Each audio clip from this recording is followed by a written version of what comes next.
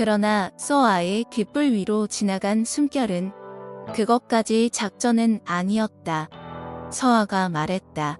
알겠어요. 자신의 목소리가 완벽하게 평평하기를 바랐다. 서준이 서아의 등에서 손을 거두었다. 음악이 끝났다. 박수 소리가 파티장을 채웠다. 두 사람은 자연스럽게 댄스 플로어에서 물러섰다. 서준이 서아의 손을 잡은 채로 이동했다. 손을 잡고 있다는 것을 두 사람 모두 알았고 둘 다 말하지 않았다. 재혁이 새로 선 자리에서 두 사람을 향해 걸어오고 있었다. 서아는 그것을 보았다. 척추가 반듯해졌다. 표정이 정돈됐다. 서아는 이것을 할 수 있었다. 3년 동안 준비한 것이 이것이었다. 재혁이 두 사람 앞에 섰다. 서아. 재혁이 먼저 서아의 이름을 불렀다. 이름, 성 없이. 그것이 의도였다. 서아가 말했다. 오랜만이에요. 재혁씨. 파티 잘 열었네요. 그 감각은 변하지 않았군요. 재혁의 눈이 서준에게 이동했다. 서준은 재혁을 보았다. 두 사람의 시선이 맞부딪혔다. 말이 없었다. 그 침묵이 이 파티장에서 가장 큰 소리였다. 서준이 낮게 말했다. 차 대표. 재혁이 말했다. 이 자리까지 와줘서 고마운데 이런 자리가 편하진 않겠어요. 대표. 나는 어디서든 편해요. 그래요? 재혁의 눈이 다시 서아에게 왔다. 아내도 그렇습니까? 서아가 재혁을 보았다. 저요? 당연하죠. 남편이 옆에 있는데 편하지 않을 이유가 없죠. 서아가 서준을 보았다. 눈을 맞추었다. 그 눈 안에서 무언가를 찾았다. 서준이 서아를 보았다. 그 눈빛이 있었다. 아까 댄스 플로어 위에서 본 것과 같은 눈빛이었다. 계획 밖의 눈빛. 서아가 괜찮은지 보는 눈빛. 서아는 그것을 받았다. 재혁이 두 사람을 번갈아 보았다. 무언가를 탐색하는 시선이었다. 재혁이 말했다. 행복해 보이는군요. 서아가 말했다. 그런 말 들으면 기뻐야 하는데 이상하게 기쁘지가 않아요. 재혁 씨한테서 들으니까. 재혁의 얼굴에 경직이 지나갔다. 짧았다. 그러나 서아는 그것을 보았다. 재혁이 말했다. 잘 지내요. 재혁이 자리를 옮겼다. 서아는 재혁의 등이 멀어지는 것을 보았다. 3년이었다.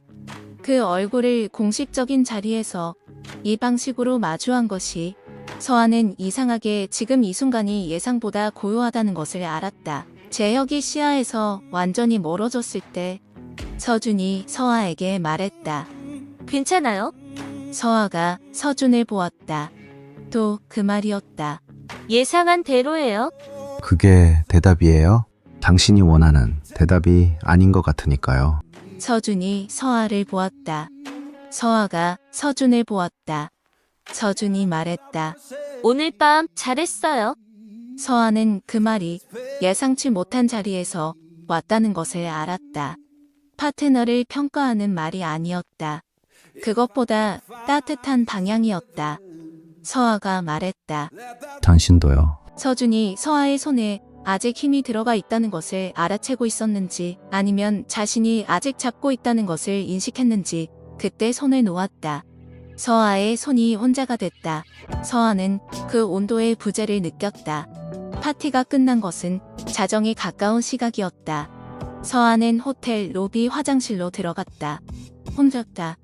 화장실은 대리석이었다. 조명이 부드러웠다. 서아는 세면대 앞에 섰다. 거울 속에 자신이 있었다. 드레스가 있었다. 와인빛 립스틱이 있었다. 목선이 길었다. 그리고 서아의 두 볼이 붉었다. 서아는 그것을 보았다. 파티 내내 드레스를 입고 있었다. 실내가 따뜻했다. 와인 한 모금도 마시지 않았지만 파티장의 공기는 원래 뜨거웠다. 얼굴이 붉을 이유가 있었다. 서아는 그 이유들을 생각했다. 그리고 그 이유들이 전부 변명이라는 것을 알았다. 댄스 플로어. 서준의 손이 등에 닿았다. 피부에. 서준의 입술이 귓가에 닿을 듯 가까웠다. 서준의 숨결이 귓불 위를 지나갔다. 서준의 눈이 서아를 보았다. 연기가 아니라고 말했다. 그리고 당신이 괜찮은지 보고 있어요. 라고 말했다. 그 말이 지금도 어딘가에 있었다. 파티장 안의 소음 속에서도 그 말만 선명하게 남아 있었다. 서아의 심장 소리가 음악보다 컸다. 서아는 지금 그 소리를 다시 떠올리고 있었다. 거울 속의 서아가 서아를 보고 있었다. 이것이 연기인가? 서아는 그 질문이 만들어지는 것을 느꼈다. 질문이 완성되기 직전이었다. 서아는 그 질문을 입 밖으로 내지 않았다. 안으로 삼켰다. 처음으로 그 질문을 삼켰다는 것은 그 질문이 존재한다는 것이었다. 그것을 서아는 알았다. 삼켜진 것은 사라지지 않았다. 삼켜진 것은 안에 있었다. 서아는 거울 속 자신의 볼을 보았다. 붉었다. 서아가 천천히 차가운 물로 손을 씻었다. 수도꼭지를 잠갔다. 타월로 손을 닦았다. 거울 속 얼굴을 다시 보았다. 아직 붉었다. 서아는 그것을 지우지 않았다. 지우려고 하지 않았다. 핸드백을 들고 화장실을 나왔다. 로비에서 서준이 기다리고 있었다. 코트를 들고 서아가 다가갔다. 서준이 서아를 보았다. 서아는 서준의 시선이 자신의 볼에 닿는 것을 느꼈다. 서준은 아무 말도 하지 않았다. 코트를 서아에게 내밀었다. 서준은 로비 기둥에 기대 서서 서아를 기다리는 동안 한 가지 사실을 정리하고 있었다. 오늘 밤 데이트 플로어에서 서아에게 한 말이 계획이 아니었다는 것, 그리고 그것을 후회하지 않는다는 것. 그 두 가지가 동시에 사실이었다. 서준은 그것을 어떻게 처리해야 하는지 아직 몰랐다. 그러나 서아가 화장실에서 나와 이쪽으로 걷는 것을 보았을 때 볼이 붉은 채였고 그것을 숨기지 않은 채였고 서준은 그것을 보면서 자신이 이 사람을 더 알고 싶다는 것을 알았다. 계약의 범위 안에서가 아니라 그것이 문제였다. 코트를 내밀면서 서준은 그 생각을 안쪽으로 눌러두었다. 서아가 코트를 받아 입었다. 두 사람이 로비를 걸었다. 출구 쪽으로. 차가 기다리고 있었다. 밤바람이 불었다. 서아는 코트깃을 여몄다. 서준이 그 옆에 섰다. 차 문이 열렸다. 서아가 올라탔다. 서준이 뒤를 따랐다. 차가 출발했다. 서아는 창밖을 보았다. 도시가 흘러갔다. 서준이 말하지 않았다. 서아도 말하지 않았다. 서아는 자신의 볼이 여전히 식지 않았다는 것을 알았다. 그것이 연기가 아니라는 것을 처음으로 삼키지 않고 그냥 안에 두었다. 그리고 차창 밖을 보는 서아의 핸드폰이 진동했다. 모르는 번호였다. 서아가 화면을 보았다. 아무 이름도 없는 번호. 그러나 지역 번호를 서아는 알고 있었다. 3년 전 서아가 입원했던 병원이 있는 지역 번호였다. 모르는 번호였다. 서아는 그 번호를 3번 눌러보았다. 연결되지 않았다. 신호가 가다가 끊겼다. 다시 걸었다. 이번에는 처음부터 연결이 되지 않았다. 없는 번호처럼. 그러나 문자는 분명히 왔었다. 착신 기록에 남아 있었다. 서아는 핸드폰을 가방 안에 넣었다. 차 안에서 서준은 서아를 보지 않았다. 창밖을 보고 있었다. 도시가 뒤로 흘러갔다. 가로등이 번졌다. 서아는 가방 위에 손을 올렸다. 핸드폰이 그 아래에 있었다. 3년 전 병원. 서아는 그것을 밤새 혼자 안고 잤다. 혼자. 누구에게도 꺼낸 적 없는 것이었다. 재혁도 몰랐다. 아니, 재혁은 알면서 몰랐던 것처럼 굴었다. 그것이 더 정확했다.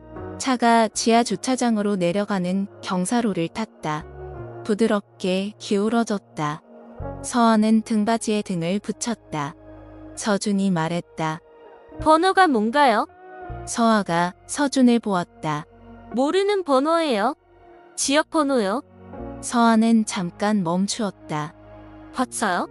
반사였어요. 서아는 서준의 옆 얼굴을 보았다. 서준은 앞을 보고 있었다. 운전석 앞 유리로 지하 주차장의 형광등이 천천히 지나갔다. 병원이요? 어느 병원? 물어봐도 제가 대답할 수 있는 게 아니에요. 서준이 잠깐 아무 말도 하지 않았다. 차가 멈추었다. 지하 주차구역이었다. 서준이 말했다. 그래요.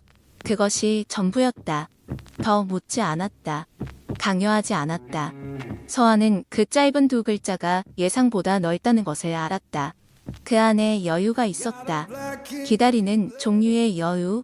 차에서 내렸다. 두 사람이 엘리베이터를 탔다. 서아는 핸드폰을 가방 안에 꼭 쥐었다.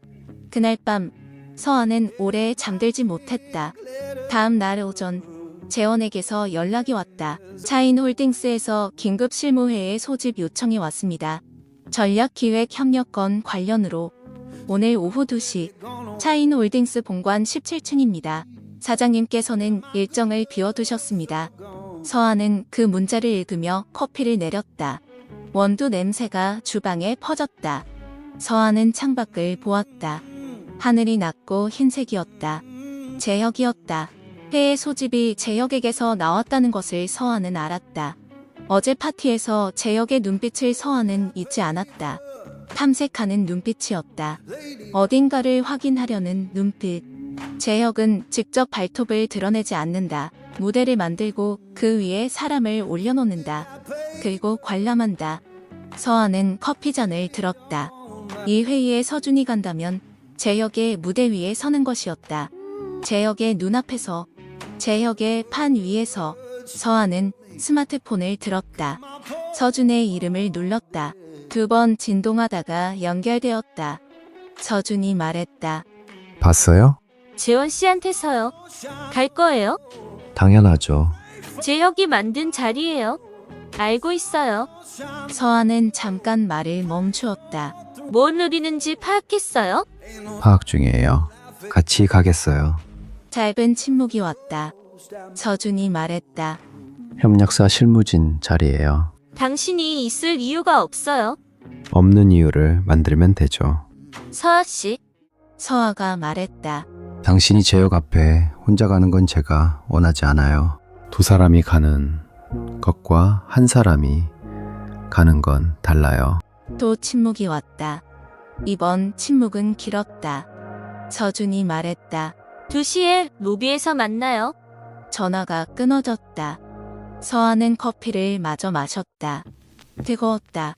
차인홀딩스 본관은 을지로에 있었다. 유리 외벽이 하늘을 반사했다. 서아는 정문 로비에 먼저 도착해 있었다. 서준이 1분 뒤 들어왔다. 검은 슈트, 검은 타이, 표정이 없었다. 서아는 그 얼굴을 잠깐 보았다. 이 얼굴이 재혁 앞에서 흔들리지 않을 얼굴이었다. 서아는 그것을 알면서도 어딘가 안심되지 않았다. 이상한 감각이었다. 안심하지 못하는 것이 서준 때문이 아니라 재혁 때문이라는 것을 서아는 알았다. 재혁은 상대가 단단할수록 다른 방향으로 비틀었다. 잘 잤어요? 서준이 서아를 보며 말했다. 낮고 간단했다. 그럭저럭요. 그럭저럭이면 못 잔 거예요. 당신은요? 나는 잘 잤어요. 그게 부럽네요. 서준의 입꼬리가 아주 미세하게 움직였다. 웃음이라고 부르기 직전의 것이었다. 두 사람이 엘리베이터에 올라탔다. 17층 버튼이 눌렸다. 올라가는 동안 서아는 서준의 옆에 섰다. 서준이 앞을 보고 있었다. 서아도 앞을 보았다.